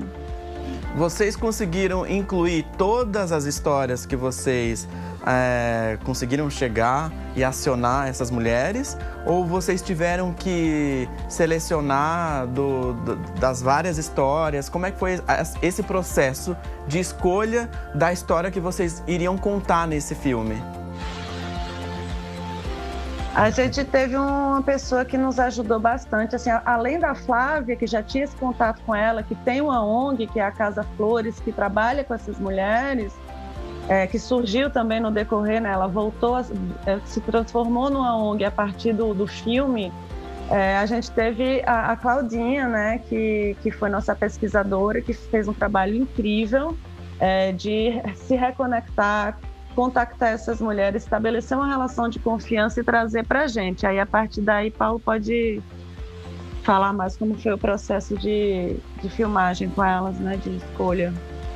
Então, aí a gente chegou a um número também de mulheres que a gente achava que deveria ser suficiente e necessário para o filme, né? E aí tem uma questão assim interessante também, que como a gente não podia ter representadas todas as mulheres que estavam no presídio, a gente lançou mão do recurso de linguagem, muito curioso também. A gente colocou, na verdade, 2 atrizes, né? Uma delas fazendo o personagem de uma ex-reeducanda, né? De uma ex-mulher do sistema lá do presídio, que nisso a nossa ideia foi que essa personagem representaria as que não puderam participar do filme, né? Todas as outras. E poderiam falar e tocar em assuntos que, de repente, porventura, nos interessasse tocar, e alguma delas não tocou, né? Quando os outros. Mas a gente, com aquele número de personagens que a gente tinha, a gente ouviu todas elas. E, na verdade, assim, o filme, como outros trabalhos que a gente fez de documentário e outras séries de filmes, a gente trabalha muito construindo um pensamento através do que as pessoas falam, né? Através dos depoimentos. Então, as histórias, elas na verdade se complementam, uma ajuda a contar a história da outra. O filme ele acaba sendo muito atraente de se ver, apesar da temática e por ter essa pegada muito positiva, até no momento que a gente está vivendo de problemas tão graves, né, como a pandemia e os problemas de saúde e tudo mais. E a gente vê que esse problema do sistema carcerário no Brasil também é um problema muito grave. Então, eu acho que a gente teve a possibilidade, conseguiu, né, passar essa possibilidade de provocar um debate, mas a gente entender que essas mulheres, elas conseguiram, através do esforço delas mesmas, se reintegrar à sociedade, estão vivendo. Então, o filme trata disso também, né? Recuperar suas vidas. Isso eu acho que é fundamental. O filme não ficar só na denúncia do sistema carcerário, sabe? Olha, eu estou tão envolvido aqui na história que vocês estão contando que eu tenho certeza que o pessoal de casa também está.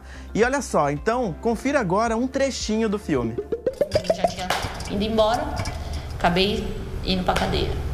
E a gente, quando passa daquela gaiola pra cá, a gente é obrigado a viver esse mundo daqui. Salve, salve, Mel! Salve, salve, moleque! E aí, ideia? Pode falar, Mel? Cadê a extensão? Não tem extensão? Não sei, filho. Fala de novo. Aqui, ó, o guarda-roupa. Tá bem organizadinho, Michele. A cadeia, você imagina, tipo assim, é um mundo dentro de um mundo. Como se você estivesse num labirinto dentro do mundão. Só que você não tem saída. É assim. Agora eu quero saber, né? De cada um de vocês, às vezes pode ser que seja uma história em comum, né? Ou seja, não, essa história foi a que mais me chamou a atenção, foi a que mais me impactou, né? Qual é a sua história, Bárbara, e a sua, Paulo? Eu quero saber dessas histórias que vocês contaram no filme, né? Se casa ou não casa? Cada um tem a sua escolha. Olha, eu acho que essa pergunta é meio impossível de responder para a pessoa que está na direção, porque as personagens são como filhos, né? Cada um tem sua peculiaridade, cada um tem seu caminho, cada uma tem seu caminho. Então, se você me perguntar qual é meu filho preferido, Eu só vou poder te responder que é o Tom, porque eu só tenho o Tom. Mas se você perguntar para o Paulo, que tem mais de um filho, ele não vai poder te responder. Então, acho que todas as histórias são importantes e nos impactaram de uma forma. Algumas das personagens têm um perfil mais aberto, que faz com que a gente tenha uma ligação, uma conexão muito imediata. Outras são mais tímidas, e aí também essa construção da interação e da intimidade, ela é um processo lento, mas é um processo também muito prazeroso, porque você vê que quando se ganha confiança da parte dela, que a gente não está querendo usar essas histórias, mas a gente está querendo trazer essas histórias para a gente... toda a história é válida, e a história que elas querem nos contar, elas vão nos contar da forma que elas querem.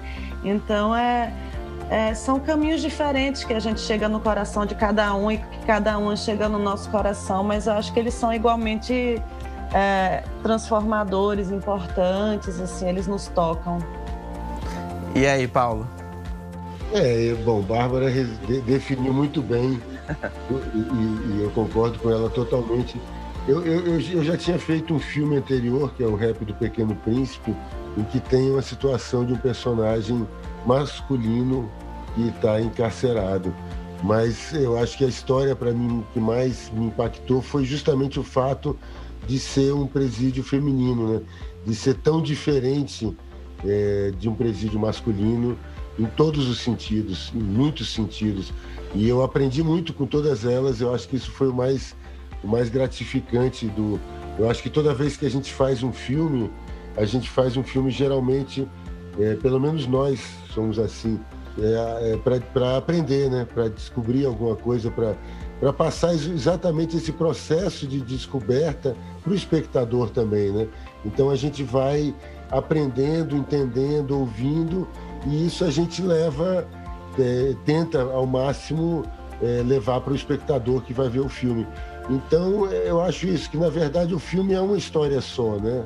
A melhor história é a história do filme como um todo, né? Porque ele é uma história só, ele é essa história dessas mulheres, de cada uma delas, mas que se somam e que se multiplicam e que no final, assim, tem esse lado que eu gosto de frisar, que é esse lado de superação por elas mesmas, que é muito bonito, que é uma transformação muito, muito, muito legal, muito bacana.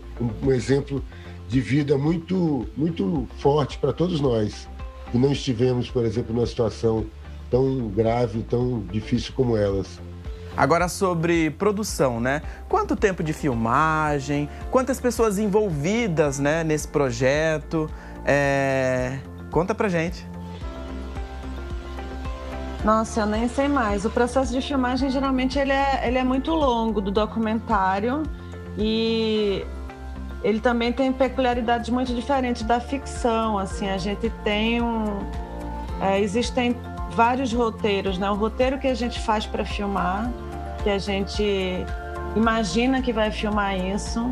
O roteiro que a gente está no set filmando e que a gente tem que cortar coisas e trazer coisas que estão acontecendo, que são, né? O documentário, ele é uma tentativa de espelhamento do real, apesar de ter uma direção de poder dos diretores, mas é uma tentativa de espelhamento do real, então as coisas acontecem sem que você tenha planejado também, por mais que você planeje, as coisas vão chegando.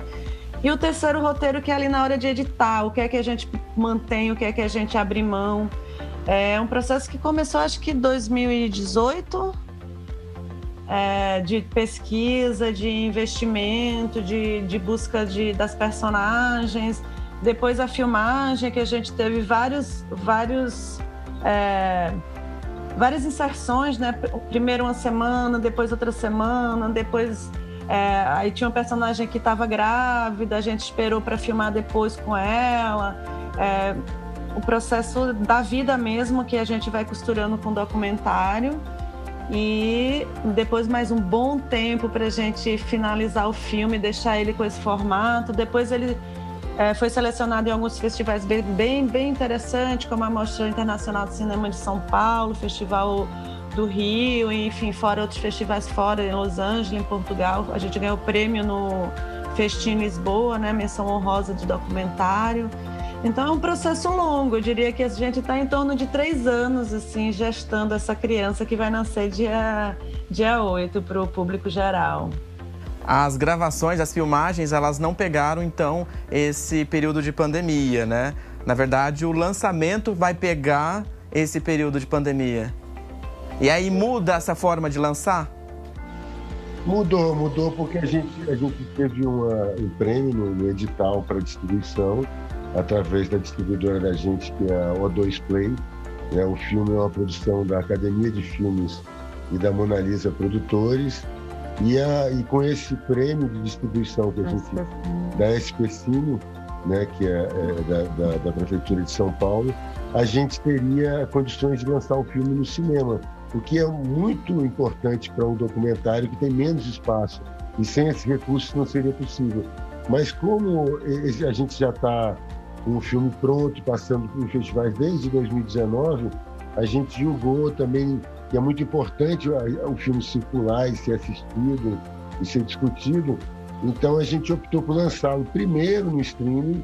A gente teve uma autorização, né, da SPCine para isso, e a gente vai lançar no streaming, na plataforma Now, né, que é uma plataforma que tem 12 milhões de assinantes. Então a gente acredita que o filme possa ter uma boa possibilidade de público aí. Depois vai para outras plataformas, e a gente pretende, quando houver o fim, né, decretado dessa miserável pandemia e for de novo abertos os cinemas em condições bacanas, a gente vai colocar o filme em algumas salas especiais, com debate, em sessões especiais, porque a gente acha que o filme foi feito para a tela grande, é importante ele ser visto também na tela grande.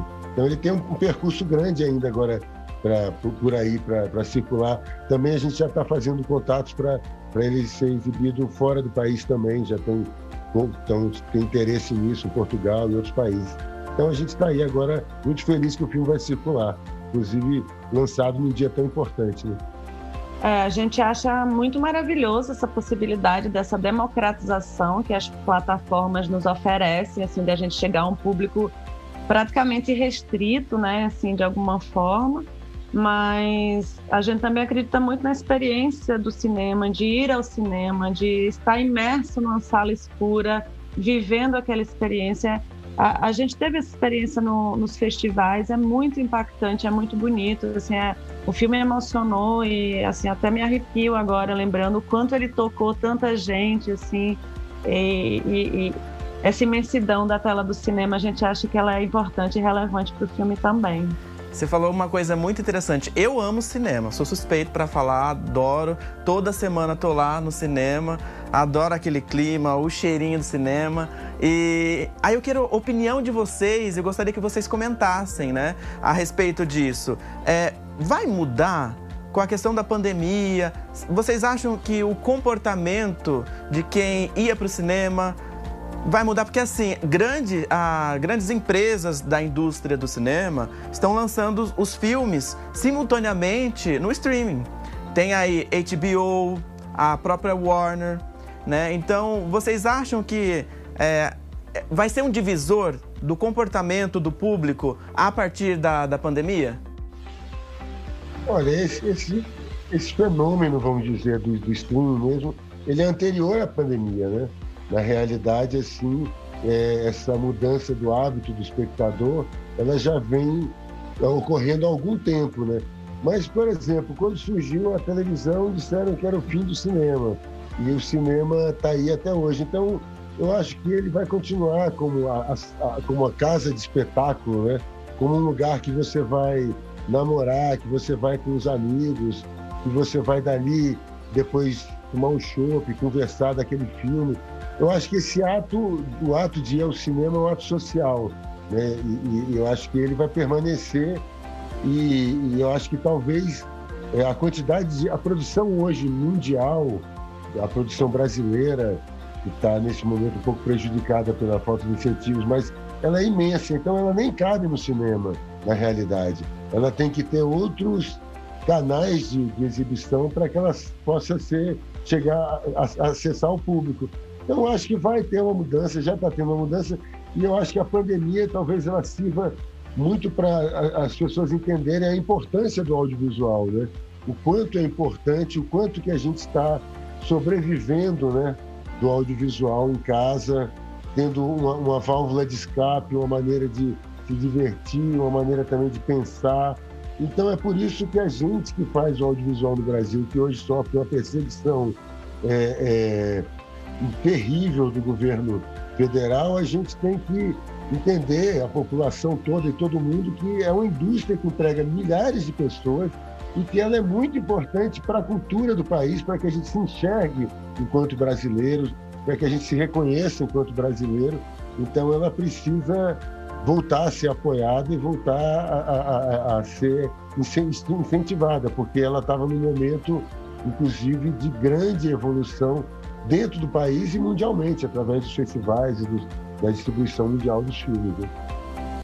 É isso aí, Bárbara?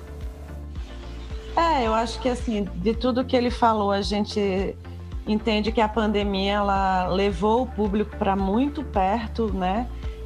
Nesse momento de dor, de ausência, de perda, de solidão, o cinema, a série, né? E até as lives, né? Que também é audiovisual, ajudaram muito a gente a passar por esse período tão sofrido que a gente está tentando superar. Então, eu acho que reforça essa necessidade de se criar, né? A arte, ela cria um imaginário simbólico, ela cria o espelho de quem a gente é. Então, acho que foi muito importante a pandemia sublinhar isso, o quanto a arte nos salvou. Por outro lado, eu acho que a relação do cinema e plataforma de streamings, eu acredito que vai se manter muito esse formato que se teve, de ter muito projeto que vai ou simultaneamente ou direto para o streaming, mas ao mesmo tempo a pandemia reforça-se o quanto o ser humano, o toque, o abraço, o convívio faz falta e que o cinema te proporciona isso, você sair de casa como a gente saía antes, sem ter medo, com cuidado. Todas as salas de cinema do Brasil estão preparadas com protocolos para receber, né, seu público, para ter uma questão de não apenas de higiene, renovação do ar, mas estão ali esperando o público voltar para seus braços. Então, acho que uma coisa que a gente vai ver um pouco quando a gente estiver nesse processo de voltar a sair com mais tranquilidade, que eu acho que existem vários fenômenos que a pandemia causou que a gente vai descobrir quando ela estiver num processo de cura, né? Por exemplo, um dos fatos muito interessantes que a pandemia trouxe foi a volta do Cine Drive-In, que era uma coisa que não se fazia mais quase em lugar nenhum do mundo, salvo pequenos lugares, poucos lugares que faziam isso ritualisticamente, e voltou a acontecer na pandemia, que foi tão interessante. Foi uma forma também da gente conseguir sair na segurança e resgatar uma coisa que estava ali adormecida no passado e trazer, por conta da pandemia, de volta para um hábito das nossas vidas. Então, acho que tudo isso a gente vai aprendendo junto com o tempo e espero que a gente consiga manter todos esses espaços que eles são fundamentais, o cinema, a plataforma, a televisão e todos juntos se ajudando e se colaborando e trocando conteúdos, né? Muito legal essa reflexão, né? Porque, que nem o próprio Paulo falou, né? O cinema não morreu quando a TV nasceu, né? O rádio não morreu quando a TV nasceu, a TV não morreu quando a internet nasceu, né? Todos eles se completam, né? O streaming está aí também para completar, né, essa falta de socialização que a gente não está tendo por conta da pandemia. Agora, pessoal de casa vai ficar ligadinho, porque eles vão falar: por que você aí de casa tem que assistir o documentário Flores do Cárcere? Por que o público tem que assistir? Eu acho que a gente, assim, fez um filme para a gente olhar para o outro, no caso, para a outra, para a mulher, com respeito e empatia, para a gente olhar para uma pessoa que cometeu um erro sem condená-la para o resto da vida por conta de um erro que ela cometeu. Eu acho que essas mulheres, elas trazem uma potência, uma pulsão de vida tão grande, e o filme traz muito isso, esse olhar o passado nos forma e o futuro a gente quem cria. Então eu acho que é um filme que ele traz um tema muito importante de ser debatido, Eu acho que todo mundo tem que ver e dar um alô pra gente nas nossas redes sociais, aí no programa, dizer o que é que achou, pra gente poder transformar o mundo no mundo que a gente quer que seja mais justo e mais igualitário. Paulo, a partir do dia 8, então, no Now. Exatamente, a partir do dia 8, na plataforma Now, ele estreia, né, no Dia Internacional da Mulher, que é também muito significativa a data de lançamento do filme, porque essa questão do encarceramento das mulheres é um problema gravíssimo do nosso país, mas é isso, eu acho que as pessoas vão, quem assistiu gostou muito, a gente participou de alguns debates que foram muito interessantes, e assim, eu acho que o cárcere, ele hoje é quase um gênero, né, de séries, de filmes, há muitas abordagens, mas muito poucas abordagens em relação a mulheres, e no caso do sistema prisional brasileiro, menos ainda. Então, acho que é uma oportunidade das pessoas conhecerem algo que realmente elas não conhecem e vidas que elas não conhecem. Então, eu acho que vão gostar de assistir, uma experiência vai ser muito boa para todo mundo que vai ver aí o filme. Sensacional, muito obrigado por esse bate-papo, adorei, tenho certeza que o pessoal de casa também gostou, viu? E sempre que tiver lançamento, liga pra gente que a gente bate esse papo, combinado? Combinado. Combinado, obrigada por nos receber. Obrigado a vocês. Valeu. Assistam o filme.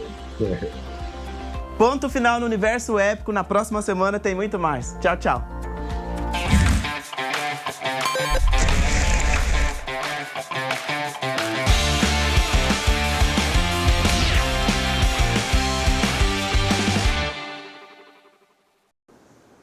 E antes de encerrar, a Orquestra Sinfônica Municipal de Campinas comunica a perda e lamenta o falecimento do servidor Edson Roberto de Lima. Ele, que era o chefe de montagem da Orquestra Sinfônica, ocupava o cargo há mais de 30 anos. Em nota, a Sinfônica diz que a história que ele ajudou a construir com dedicação e carinho, foi marcada pela presença. A lembrança do convívio é uma inspiração para seguir adiante, promovendo a arte a qual ele tanto se dedicou por mais de 30 anos. As nossas condolências aos familiares aqui da TV Câmara Campinas. O Câmara Total fica por aqui. Muito obrigado pela sua companhia e audiência. Lembrando que amanhã, a partir das 9 horas da manhã, reunião extraordinária. Daqui a pouco, às 3 horas da tarde, a entrevista coletiva do prefeito Dário Saad, passando a situação da cidade de Campinas em relação à Covid-19. E o Câmara Total retorna na próxima quinta-feira, às 11 horas da manhã. Até lá.